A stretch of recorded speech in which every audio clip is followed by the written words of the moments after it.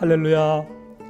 오늘 저는 베드로후서 3장 8절에서 13절의 말씀을 가지고 하나님의 시간이라는 제목으로 하나님 말씀을 묵상하려고 합니다. 주의 약속은 어떤 이들이 더디다고 생각하는 것 같이 더딘 것이 아니라 오직 주께서는 너희를 대하여 오래 참으사 아무도 멸망하지 아니하고 다 회개하기에 이르기를 원하시느니라. 초대교회 성도는 예수님을 믿는 것 때문에 많은 핍박을 받았습니다. 예수님의 재림은 그들에게 유일한 소망이었고 환난을 이겨내는 버팀목이었던 거죠. 그래서 성도들은 만날 때마다 마라나다, 예수님은 다시 오십니다라고 인사를 하였던 겁니다. 그런데 곧 오신다는 예수님의 재림 약속이 지연됨으로 말미암아 성도들이 힘들어하였던 겁니다. 이에 베드로는 성도들에게 하나님의 시간에 대해서 말씀하였습니다. 오늘 8절 말씀에 주께서는 하루가 1000년 같고 1000년이 하루 같다고 말씀합니다. 이는 하나님의 시간과 사람의 시간은 차이가 있다는 말씀입니다. 그러면 예수님의 재림이 지연되고 있는 이유는 어디에 있습니까? 오늘 9절 말씀에 오직 주께서 너희를 대하여 오래 참으사 아무도 멸망치 않고 다 회개하기에 이르기를 원하시느니라고 말씀하고 있습니다. 이것은 한 영혼이라도 구원하시고자 하는 하나님의 사랑 때문입니다.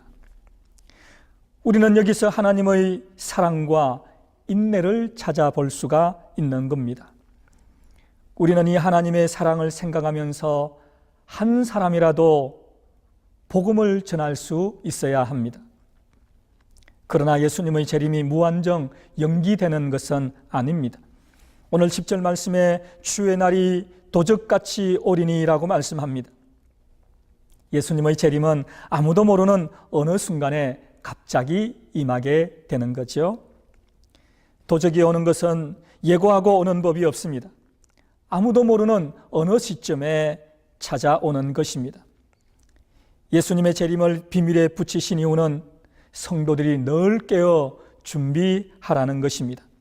마태복음 22장, 24장 44절 말씀에 이러므로 너희도 준비하고 있으라 생각지 않은 때에 인자가 오리라고 말씀합니다. 그러나 예수님의 재림과 종말은 조용히 임하는 것이 아닙니다.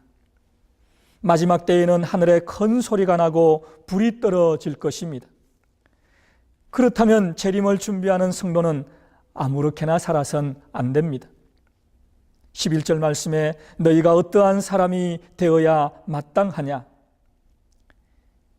신랑을 맞이하는 신부처럼 정결함으로 준비하셔야 합니다. 성도 여러분, 이 마지막 때의 거룩한 행실과 경건함으로 살아가는 성도들이 되시기를 축복합니다.